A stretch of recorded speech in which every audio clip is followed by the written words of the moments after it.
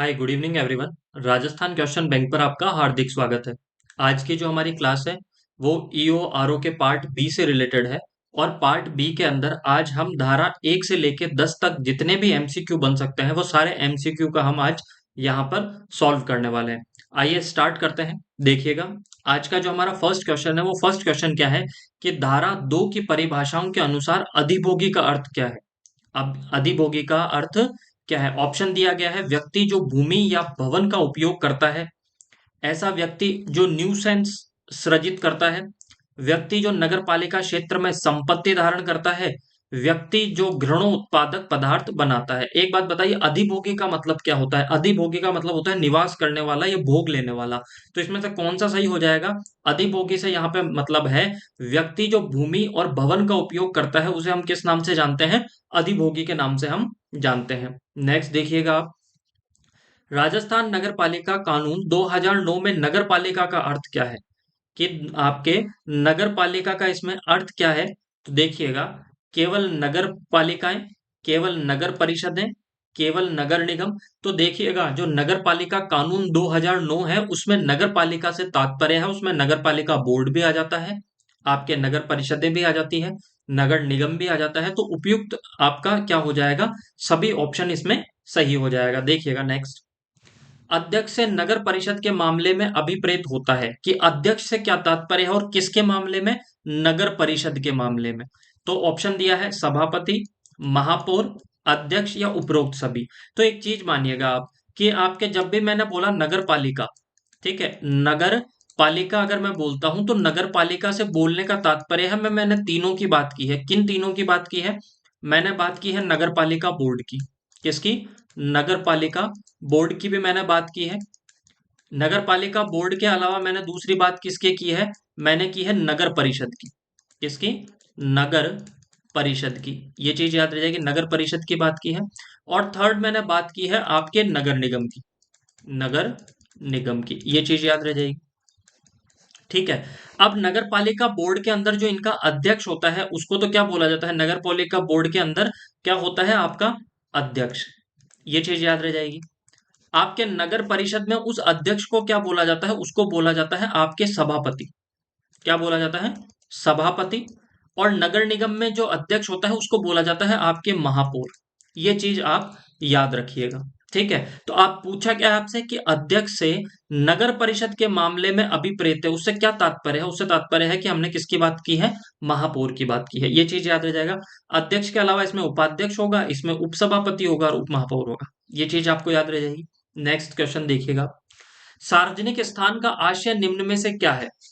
सार्वजनिक स्थान, जो हम पब्लिक प्लेस बोलते हैं, उसका मतलब क्या होता है? जो निजी संपत्ति ना हो, जो जनता के उपयोग के लिए हो। देखो, सभी जनता के उपयोग के लिए है, इसका मतलब वो क्या है? सार्वजनिक भूमि। हम कहते हैं ना कि सभी के लिए है, पब्लिक प्रॉपर्टी है। और जो अगर किसी की प्राइवेट प्रॉपर्टी नहीं है, इसका मतलब वो किसकी हो जाएगी? पब्लिक की हो जाएगी। तो एक और दोनों ही इसमें क्या हो जाएगा? सही हो जाएगा। नेक्स्ट देखिएगा, जब किसी स्थानीय क्षेत्र को नगर पालिका घोषित किया जाता है तो कितने समय में चुनाव कराना अनिवार्य होता है? जब भी किसी क्षेत्र को क्या घोषित कर दिया जाता है, आपके नगर पालिका घोषित किया जाता है, तो कितने समय में चुनाव करवाना अनिवार्य होता है? तो देखिए ऑप्शन, घोषणा के दिन से 7 माह के भीतर भीतर, घोषणा के दिन से 4 माह के भीतर भीतर, घोषणा के दिन से 5 माह के भीतर और घोषणा के दिन से 6 माह के भीतर। तो ऑप्शन कौन सा सही हो जाएगा? ऑप्शन नंबर डी आपका करेक्ट हो जाएगा। देखो, जब हम धारा 3 पढ़ते हैं, और धारा 3 किससे रिलेटेड है? आपकी धारा जो 3 है वो 3 आपके किससे रिलेटेड है? वो है नगर पालिका का परिसीमन। किससे? नगर पालिका परिसीमन। नगर पालिका परिसीमन याद रह जाएगी। धारा 3 किससे रिलेटेड है? नगर पालिका का परिसीमन। और नगर पालिका का इसके अंदर 2-3 पॉइंट लिखे हुए हैं, वो पॉइंट मैं आपको समझा देता हूं। कि एक तो कोई भी आपका लोकल एरिया है, मानो कोई भी स्थानीय क्षेत्र है, जैसे ही स्थानीय क्षेत्रों को आप नगर पालिका घोषित करते हो, तो जिस दिन घोषणा हुई है उससे 6 महीने के भीतर, ठीक है, किससे? 6 महीने के भीतर, 6 महीने के बाद नहीं, 6 महीने के अंदर अंदर वहां पे क्या हो जाने चाहिए? इलेक्शन हो जाने चाहिए। ये चीज याद रह जाएगा। या फिर दूसरी कंडीशन क्या है कि कोई नगर पालिका है, सपोज ए, कोई नगर पालिका है, सपोज ए नगर पालिका है, और कोई एक गांव है, कोई भी एक गांव मान लीजिए, कोई स्थानीय क्षेत्र मान लीजिए जैसे बी। जैसे ही बी को आप ए के अंदर शामिल करेंगे, जैसे ही बी को आप ए के अंदर शामिल करेंगे, और सपोज यहाँ पे चुनाव 2 साल पहले हुए हैं, 2 साल पहले हुए हैं, जैसे ही आप बी को इसमें शामिल करोगे तो क्या दोबारा से चुनाव होंगे? नहीं, केवल और केवल बी का इलेक्शन होगा। ठीक है, याद रह जाएगा, जब भी कोई स्थानीय क्षेत्र को किसी नगर पालिका क्षेत्र के अंदर शामिल किया जाता है तो वहां पे 6 महीने के अंदर अंदर इलेक्शन होना कंपलसरी है, पर पूरों का इलेक्शन नहीं होगा, क्योंकि ए के इलेक्शन हुए तो अभी 2 साल ही हुए, और बी को जैसे ही उसके अंदर शामिल करोगे तो केवल और केवल बी क्षेत्र का इलेक्शन होगा, पूरा ए का नहीं होगा। ये 3 के अंदर आपके लिखा हुआ है, ये चीज जरूर याद रखिएगा आप। नेक्स्ट देखिएगा, राजस्थान नगरपालिका अधिनियम 2009 की धारा 3 संबंधित है। किससे संबंधित है? आपके नगर पालिकाओं के परिसीमन से संबंधित है, नगर पालिकाओं के निर्वाचन से, नगर पालिका की स्थापना और निगमन से, और नगर पालिका की संरचना से। तो देखिएगा, धारा 3 का संबंध किससे? ऑप्शन नंबर डी नहीं होगा। अब आप कहोगे कि ऑप्शन नंबर डी क्यों नहीं होगा? क्योंकि यह नगर पालिका की संरचना से संबंधित है। मतलब नगर पालिका की संरचना किसमें बताई गई है? यह बताई गई है धारा 6 के अंदर। किसमें? धारा 6 के अंदर इसका उल्लेख है, तो ये ऑप्शन तो नहीं होगा। नगर पालिका की स्थापना और निगमन में, नगर पालिका की स्थापना और निगमन आपको बताया गया है धारा 5 के अंदर, तो ये ऑप्शन भी आपका एलिमिनेट हो गया, ये भी नहीं हो सकता। अच्छा, नगर पालिकाओं के निर्वाचन की बात किसमें की गई है? तो नगर पालिकाओं के निर्वाचन की बात की गई है धारा 11 के अंदर। किसमें? धारा 11 के अंदर, तो ये ऑप्शन भी आपका एलिमिनेट हो गया। एक ही ऑप्शन बचा, और वो ऑप्शन क्या है आपका? Option number 3, sorry option number A, नगर पालिकाओं के परिसीमन की बात आपके धारा 3 के अंदर बताई गई है। ये चीज याद रह जाएगी। नेक्स्ट देखिएगा आप, राजस्थान में नगर पालिकाओं के परिसीमन से किससे बात की गई है? नगर पालिकाओं के परिसीमन के संदर्भ में निम्नलिखित कथनों पर विचार कीजिए। कौन कौन से कथन है? किसी भी स्थानीय क्षेत्र को नगर पालिका घोषित कर सकता है। राजस्थान में नगर पालिकाओं के परिसीमन से कौन सा सही है कि किसी भी स्थानीय क्षेत्र को नगर पालिका घोषित कर सकती है? कौन? राज्य सरकार। इस पे थोड़ा सा आप ध्यान रखिएगा कि राज्य सरकार किसी भी स्थानीय क्षेत्र को नगर पालिका घोषित कर सकती है, ये राज्य आपके राज्य सरकार का अधिकार है। ये ऑप्शन तो आपके सही है, और हमें सत्य कथन इसमें से देखना है। नगर पालिका को अपवर्जित कर सकती है, ये भी सही है आपका।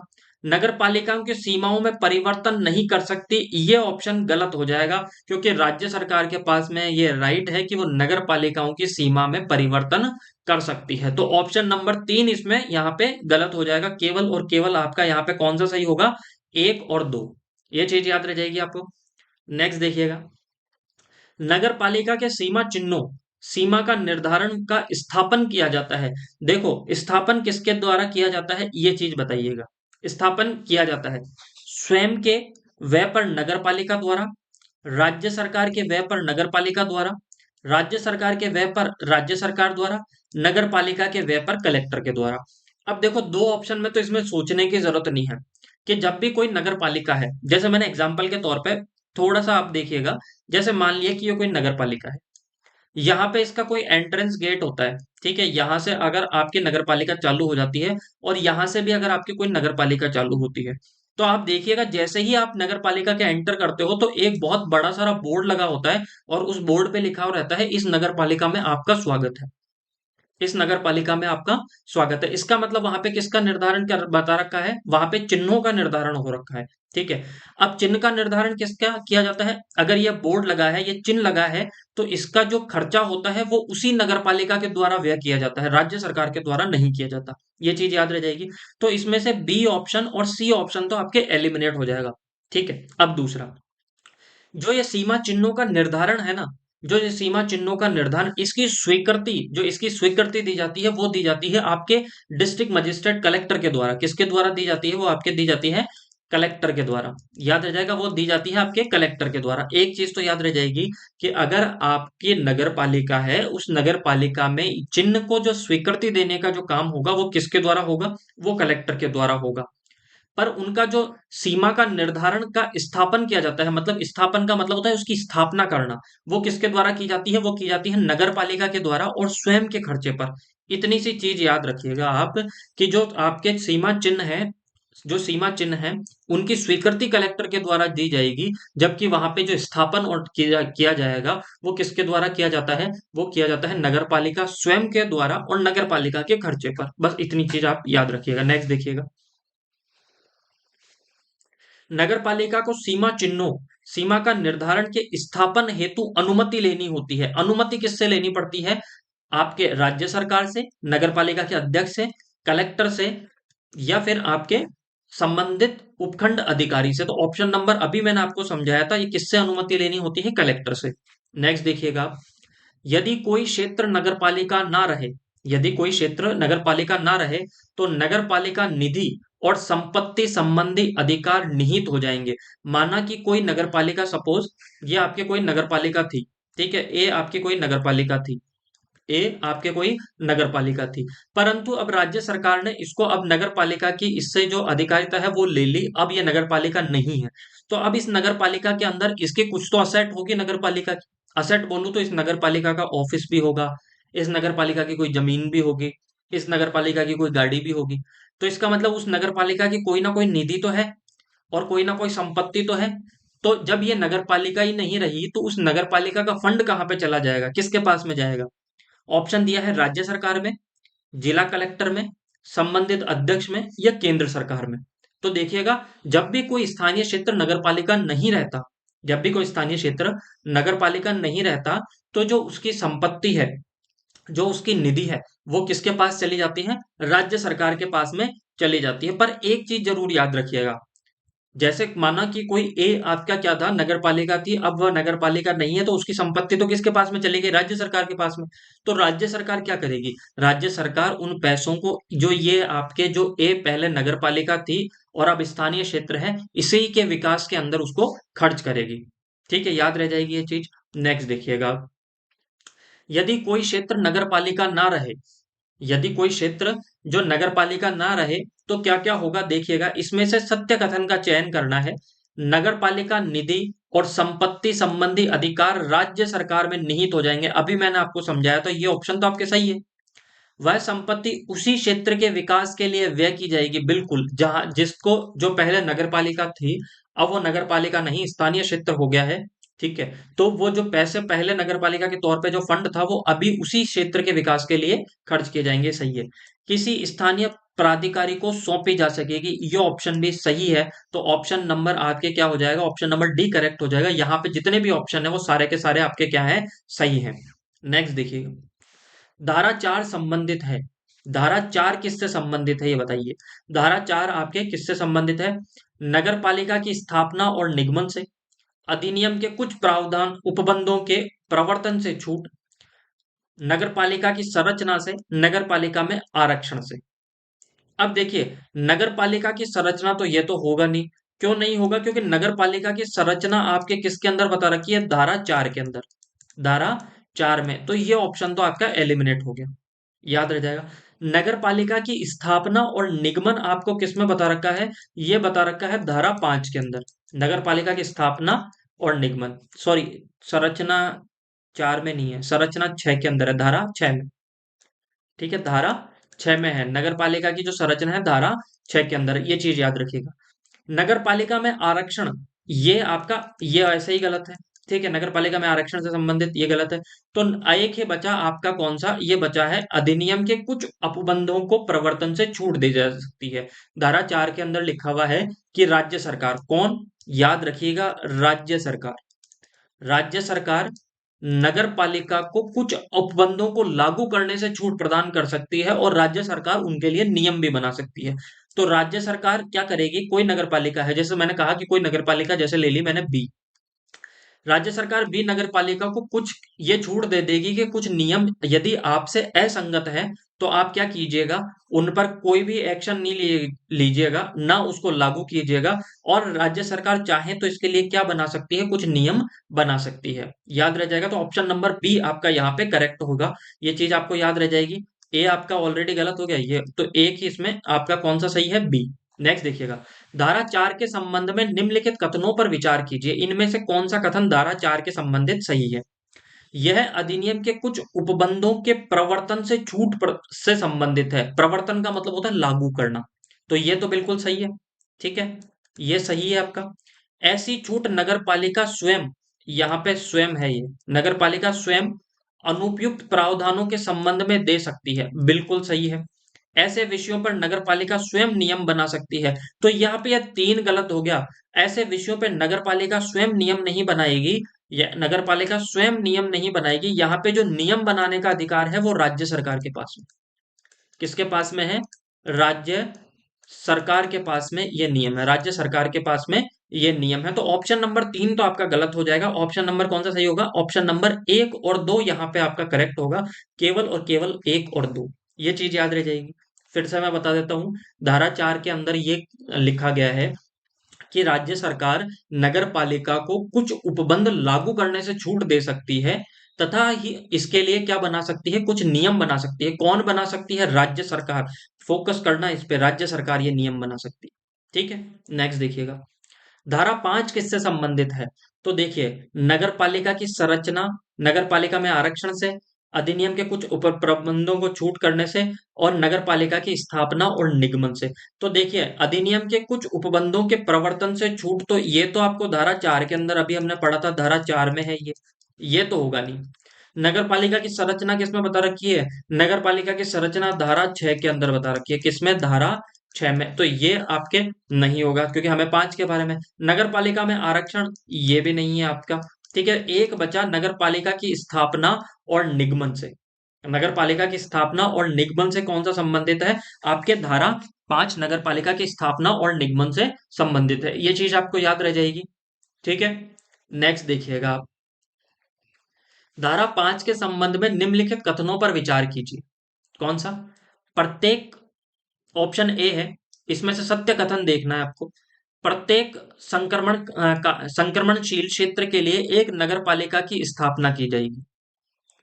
इसका एक निगमित नाम और मुहर होगी। इस पर कोई केस निगमित नाम से किया जा सकेगा। तो देखो, मैं आपको समझा देता हूं।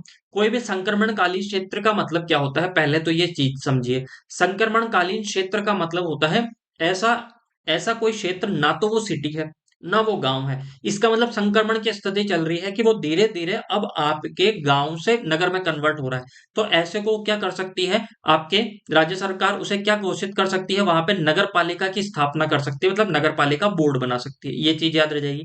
इसके लिए एक निगमित नाम होगा। उसका मतलब एक नाम होगा और एक मुहर होगी, और उस पर केस किया जा सकता है, मतलब एज ए पर्सन के तौर पर उसे लिया जाए। ठीक है, अगर किसी को नगर पालिका बना दी तो उसका एक निगमित नाम होगा, एक मुहर होगी, और उस पे केस किसके नाम से किया जा सकता है? निगमित नाम से किया जा सकता है। ये चीज याद रह जाएगी। तो इसमें से कौन से कथन सत्य होंगे? ये तीनों ही कथन सत्य हैं, तो सभी कथन सत्य हैं। ये चीज याद रह जाएगी। नेक्स्ट देखिएगा। धारा 5 के संबंध में निम्नलिखित कथनों पर विचार कीजिए। इनमें से कौन सा कथन सही है? औद्योगिक नगरी में नगर पालिका की स्थापना की जा सकती है। ऑप्शन ए बढ़िया, सत्य कथन देखना है। तो ये तो गलत हो जाएगा। क्यों गलत हो जाएगा?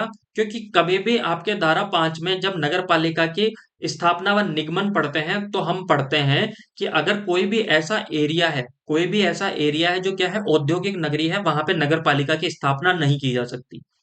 क्या नहीं की जा सकती? नगर पालिका की स्थापना नहीं की जा सकती। उसके लिए राज्य सरकार ने अलग से एक टाउनशिप नीति बना रखी है, टाउन पॉलिसी बना रखी है, याद रह जाएगा। तो उसके लिए तो क्या बना रखी है? एक टाउनशिप नीति बना रखी है। वहां पर नगर पालिका घोषित नहीं हो सकती, नगर पालिका वहां पर नहीं बनाई जा सकती। ये चीज याद रखिएगा।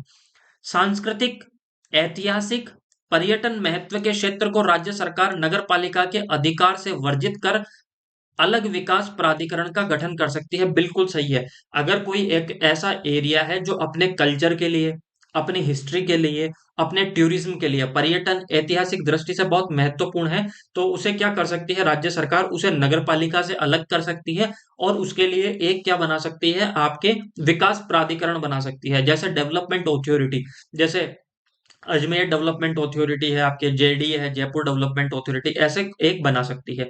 तो ये ऑप्शन तो आपके सही होगा। नगर पालिका से बिना वर्जित किए अलग से विकास प्राधिकरण का गठन कर सकते हैं, ये भी सही है। जरूरी नहीं है कि अगर मानो, जैसे मैंने एग्जांपल के तौर पर इसको समझाता हूं मैं, कि अगर ये कोई आपका एक नगर पालिका है ए, उसमें से कुछ एक ऐसा क्षेत्र है, कुछ ऐसा क्षेत्र है जो अपने इतिहास के लिए, जो अपने कल्चर के लिए बहुत फेमस है, तो क्या करेगी राज्य सरकार? इस बी को क्या कर देगी? ए से अलग कर देगी, ए से अलग कर देगी, और उसके लिए एक क्या बना देगी? डेवलपमेंट ऑथोरिटी बना देगी। पहली चीज तो ये। दूसरी, जरूरी नहीं है कि बी क्षेत्र को वो ए क्षेत्र से अलग करे। जरूरी नहीं है कि बी क्षेत्र को ए क्षेत्र से अलग करे, इसी में रहते हुए भी उसको क्या बना सकती है, अलग से उसके लिए विकास प्राधिकरण बना सकती है। तो ऑप्शन नंबर सेकंड और थर्ड दोनों ही आपका यहाँ पे क्या हो जाएगा, करेक्ट हो जाएगा। और ये सारी बातें किसमें लिखी हुई है, धारा 5, और धारा 5 किससे रिलेटेड है, नगर पालिका की स्थापना और निगमन से। ये चीज आप जरूर याद रखिएगा। नेक्स्ट देखिएगा, धारा 6 संबंधित है। धारा 6 किससे संबंधित है, देखो धारा 6 नगर पालिका की स्थापना और निगमन से। ये तो आपका गलत हो जाएगा, क्यों, क्योंकि ये किससे संबंधित है, ये धारा आपके किससे संबंधित है, धारा 5 से संबंधित है, तो ये तो गलत हो गया। अधिनियम के कुछ उपबंधों के प्रवर्तन मतलब लागू करने से छूट, ये धारा आपको किसके अंदर बता रखी है, धारा 4 के अंदर बता रखा है, तो ये भी आपका गलत हो गया।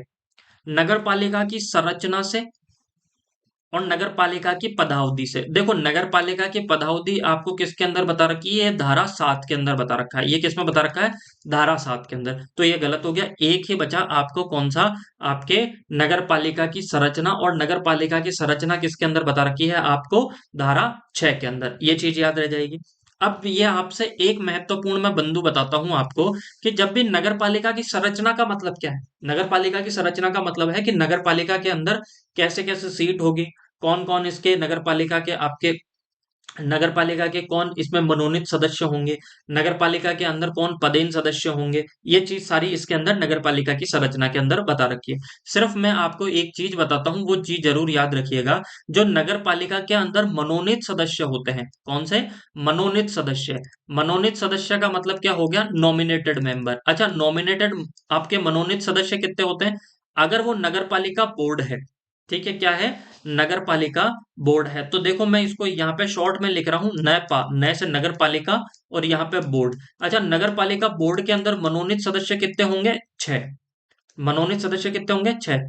नगर पालिका, यहाँ पे नए पा लिख के नगर पालिका परिषद, ठीक है, नगर परिषद, सॉरी नगर परिषद लिख देता हूं मैं इसको यहाँ पे, नगर परिषद। अच्छा, नगर परिषद के अंदर कितने होंगे, तो नगर परिषद के अंदर मनोनीत सदस्य होंगे 8। जबकि आपके जो नगर निगम होगा, क्या होगा, नगर निगम, इस नगर निगम के अंदर आपके मनोनीत सदस्य कितने होंगे, 12।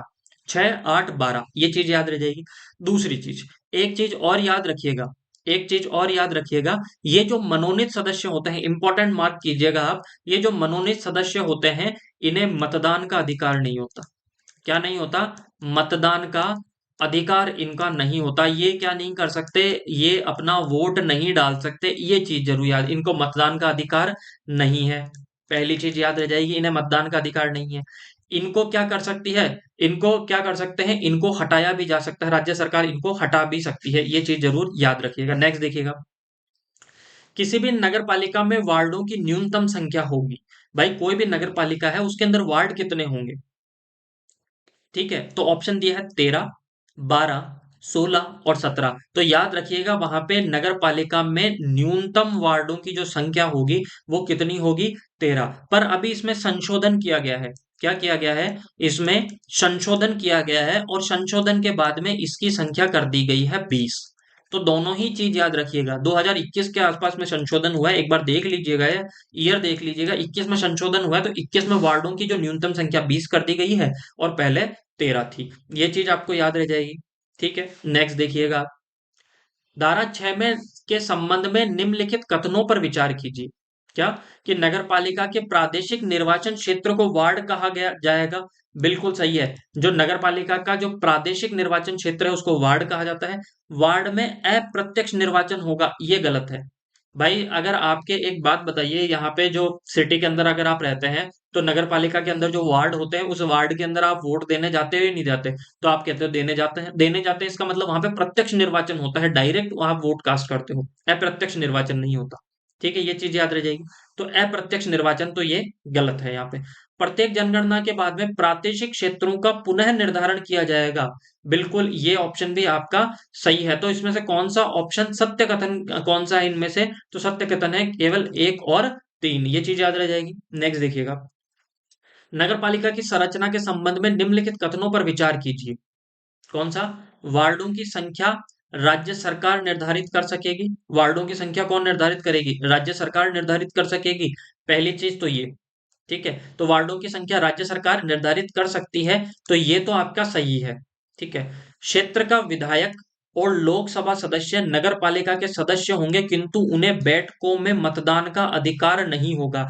ये यहाँ पे ऑप्शन गलत है। क्यों? यहाँ पे नहीं लिख दिया उसने। जो आपके लोकसभा के सदस्य हैं, जो विधायक हैं, वो नगर पालिका के सदस्य होंगे और उन्हें मतदान का अधिकार भी होगा। नहीं, इसमें गलत है। मतदान का क्या होगा? उन्हें अधिकार होगा। ये चीज याद रखिएगा। सांसद और विधायक इस अधिनियम के तहत होने वाली कार्यवाहियों के अधीन होंगे। बिल्कुल, ये भी क्या है? गलत है। क्यों? क्योंकि अधीन नहीं होंगे। क्या है वो? इस कार्यवाही के अधीन नहीं होंगे। अधीन नहीं होंगे, याद रह जाएगा। अधीन नहीं होंगे, ये चीज आप जरूर याद रखिएगा। ठीक है, तो ये ऑप्शन भी गलत है। कौन सा सही है आपका? केवल और केवल एक सही है।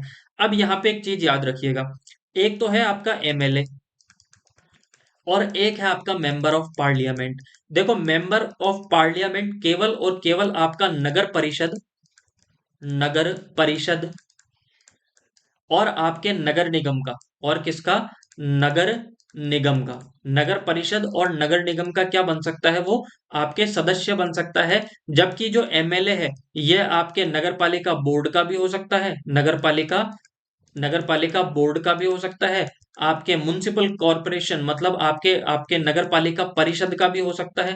नगर पालिका परिषद का भी सदस्य हो सकता है और ये नगर निगम का भी हो सकता है। बस इतना सा आप याद रखिएगा। एमपी कभी भी आपके नगर पालिका बोर्ड का सदस्य नहीं होगा, जबकि आपका एमएलए तीनों का हो सकता है। एमपी केवल नगर परिषद का और नगर निगम का होगा। ये चीज याद रह जाएगी। नेक्स्ट देखिएगा। धारा 6 के तहत आरक्षण संबंधी प्रावधान के संबंध में निम्नलिखित कथनों पर विचार कीजिएगा। महिला, ओबीसी, एससी, एसटी स्थानों की संख्या का निर्धारण राज्य सरकार के द्वारा किया जाएगा। बिल्कुल, कि आपका जो वार्ड है, जो आपका नगर पालिका के अंदर कितनी महिलाओं की सीट होगी, कितनी ओबीसी की सीट होगी, कितनी एससी की होगी, कितनी एसटी की होगी, इनका जो निर्धारण किया जाता है वो किसके द्वारा किया जाता है? वो राज्य सरकार के द्वारा किया जाता है। तो ये ऑप्शन तो आपके सही है। ठीक है। स्थानों का स्थानों का आरक्षण नगर पालिका क्षेत्र में एससी और एसटी की जनसंख्या के अनुपात में होगा। ये भी आपके क्या है? सही है। ओबीसी के लिए 27% तक आरक्षण हो सकता है, ये गलत है। ओबीसी के लिए आरक्षण कितना हो सकता है? 21% हो सकता है। और आरक्षण की सीमा किसकी? आरक्षण की सीमा, मतलब मैं ये बोलना चाह रहा हूं कि SC ST OBC, SC SC ST और ओबीसी को मिला के ये जो आरक्षण होगा वो आपके कितने से ज्यादा नहीं होगा? वो 50% से ज्यादा नहीं होगा। ये चीज याद रह जाएगी। ये चीज आपको याद रहेगी। ठीक है। नेक्स्ट देखिएगा आप। तो इसमें से कौन सा सही होगा? इसमें से कौन सा सही होगा ये पूछा था, तो एक और दो आपका सही होगा। ठीक है। ऑप्शन नंबर 3 आपका यहाँ पे गलत होगा। नेक्स्ट देखिएगा। नगर निकायों में राज्य सरकार द्वारा मनोनीत सदस्यों के संबंध में निम्नलिखित कथनों पर विचार कीजिए। नगर पालिका बोर्ड में 6, नगर परिषद में 8 और नगर निगम में 12 सदस्य मनोनीत किए जाते हैं। तो क्या है? ये कथन तो आपका सत्य है। एक दिव्यांग व्यक्ति का मनोनयन अनिवार्य होता है। बिल्कुल सही है। क्योंकि नगर पालिका बोर्ड में मनोनीत सदस्य कितने हैं? 6। 6 में से एक कंपलसरी है। कौन होगा? आपका दिव्यांग होगा। 8 में से एक आपके नगर परिषद में दिव्यांग व्यक्ति होगा और 12 में से भी एक आपके क्या होगा? दिव्यांग व्यक्ति होगा। उनका मनोनयन करना जरूरी है। मनोनीत सदस्यों को राज्य सरकार हटा सकती है। मनोनीत सदस्यों को राज्य सरकार हटा सकती है। ये बिल्कुल सही है। मनोनीत सदस्यों को बैठकों में मतदान देने का अधिकार होता है। ये गलत है। मनोनीत सदस्यों को बैठकों में मतदान देने का अधिकार नहीं होता। ये सही होता। नहीं होता तो ये क्या हो जाता? नहीं होता है। ये चीज जरूर याद रखिएगा आप। ठीक है, ये चीज आपको याद रह जाएगी। अच्छा, अब मतदान देने का अधिकार किसको होता है? तो मतदान देने का अधिकार पदेन सदस्य को होता है। ये चीज याद रह जाएगी। और इन पे नगर निगम की कार्यवाहियां भी लागू होगी। इन्हें हटाया भी जा सकता है। इन्हें हटाया भी जा सकता है। ये चीज याद रह जाएगी। धारा 28 के तहत, धारा 29 के तहत, ठीक है, इन्हें हटाने का अधिकार है मनोनीत सदस्यों को। भ्रष्ट आचरण, निर्वाचन अपराध, इन सॉरी भ्रष्ट आचरण के तहत, निर्वाचन अपराध में तो होगा ही नहीं। धारा 28 के तहत इन्हें हटाया जा सकता है भ्रष्ट आचरण में। ठीक है। तो इसमें से कौन सा सही हो जाएगा? आपके ऑप्शन नंबर 1 2 3 यहाँ पे क्या होगा? आपके करेक्ट होगा। फोर्थ आपके यहाँ पे करेक्ट नहीं है। फिर नेक्स्ट देखिएगा। नगर पालिका में स्थानों की संख्या के निर्धारण के संबंध में निम्नलिखित कथनों पर विचार कीजिए। स्थानों का निर्धारण नगर पालिका क्षेत्र की कुल जनसंख्या में प्रत्येक वार्ड हेतु निर्धारित जनसंख्या का भाग देकर किया जाता है। बिल्कुल सही है। यदि भाग का परिणाम भिन्न हो, तो यदि भिन्न आधे से अधिक एक अतिरिक्त सीट का आवंटन किया जाता है। दोनों ही आपके क्या है, ऑप्शन सही है। एक और दो दोनों ही यहाँ पे क्या हो जाएंगे, करेक्ट हो जाएंगे। नेक्स्ट देखिएगा, नगर पालिका, राजस्थान नगर पालिका अधिनियम 2009 की धारा 7 संबंधित है। ये किससे संबंधित है? नगर पालिका की पदावधि से, नगर पालिका में स्थानों की संख्या के निर्धारण से, सीटों के आरक्षण से, नगर पालिका के वार्डों में विभाजन से। देखो विभाजन क्यों नहीं होगा, क्योंकि यह विभाजन का किस में दिया रखा है, ये दे रखा है नगर पालिका का विभाजन आपका धारा आपके 9 के अंदर, धारा 9 के अंदर विभाजन दे रखा है। सीटों का आरक्षण नहीं, नगर पालिका में स्थानों के निर्धारण से। अच्छा, निर्धारण किसके अंदर दे रखा है, ये आपके दे रखा है धारा 10 के अंदर, धारा 10 के अंदर, ठीक है। और ये आपके नगर पालिका की पदावधि किसके अंदर बता रखी है, आपकी धारा 7 के अंदर। तो ऑप्शन नंबर ए आपका यहाँ पे क्या हो जाएगा, करेक्ट हो जाएगा। नेक्स्ट देखिएगा, नगर पालिका की पदावधि के संदर्भ में निम्नलिखित कथनों पर विचार कीजिए। नगर पालिका अपनी प्रथम बैठक से 5 वर्ष तक बनी रहेगी। बिल्कुल सही है, ठीक है। आपको सत्य कथन देखना है इसमें से, सत्य कथन यहाँ पे देखना है, ठीक है। नगर पालिका अपनी प्रथम बैठक में 5 वर्ष तक बनी रहेगी, ये बिल्कुल सही है। नगर पालिका के विघटन की स्थिति में 6 माह के भीतर पुनर्चुनाव आयोजित किए जाएंगे, ये भी ऑप्शन आपका सही है। अवधि में पूर्व विघटन की हर स्थिति में, हर स्थिति में नहीं, अवधि में पूर्व विघटन की हर स्थिति में नई नगरपालिका शेष कालावधि के लिए जारी रहेगी। तो ये ऑप्शन आपके गलत है। क्यों? क्योंकि अब सपोज अगर विघटन केवल और केवल 4 महीने पहले हुआ है, कितने महीने पहले हुआ है, 4 महीने पहले या 3 महीने पहले, अगर 6 महीने से कम, अगर आपके क्या है, टाइम कम बचा है, शेष कालावधि 6 महीने से कम है, तो उस समय में फिर आपको इलेक्शन करवाना जरूरी नहीं है। इसलिए हर स्थिति यहाँ पे ये ऑप्शन, यहाँ पे वर्ड देकर इन्होंने गलत दे दिया है ऑप्शन। तो ऑप्शन नंबर 1 और 2 आपके करेक्ट होगा। नेक्स्ट देखिएगा, धारा 8 का संबंध क्या है? नगर पालिका शासन से, नगर पालिका शासन में अधिनियम के कुछ उपबंधों के प्रवर्तन से छूट, नगर पालिका की संरचना से, संरचना में, और नगर पालिका की पदावधि में। तो धारा 8 का संबंध, पदावधि किसमें बता रखी है, पदावधि बता रखी है धारा 7 के अंदर। अच्छा, अधिनियम के कुछ उपबंधों के प्रवर्तन से छूट, ये बता रखा है आपके धारा 4 के अंदर, ये इसलिए गलत हो गया, ठीक है, ये इसलिए गलत है, ये गलत। नगर पालिका की संरचना धारा 6 के अंदर, धारा 6 के अंदर क्या बता रखा है आपको, नगर पालिका की संरचना, ये इसलिए गलत हो गया। नगर पालिका का शासन में, ये ऑप्शन सही है, नगर पालिका का शासन नगर पालिका में ही निहित होगा, ये आपके धारा 8 के अंदर लिख रखा है।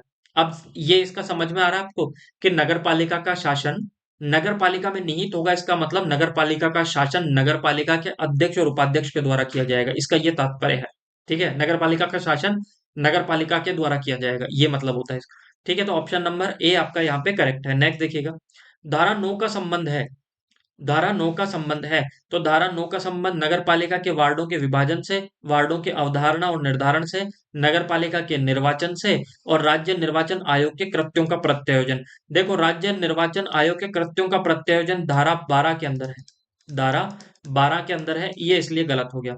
नगर पालिका के निर्वाचन से रिलेटेड, नगर पालिका का जो निर्वाचन बता रखा है, ये धारा 11 के अंदर बता रखा है, ये इसलिए गलत हो गया, ठीक है।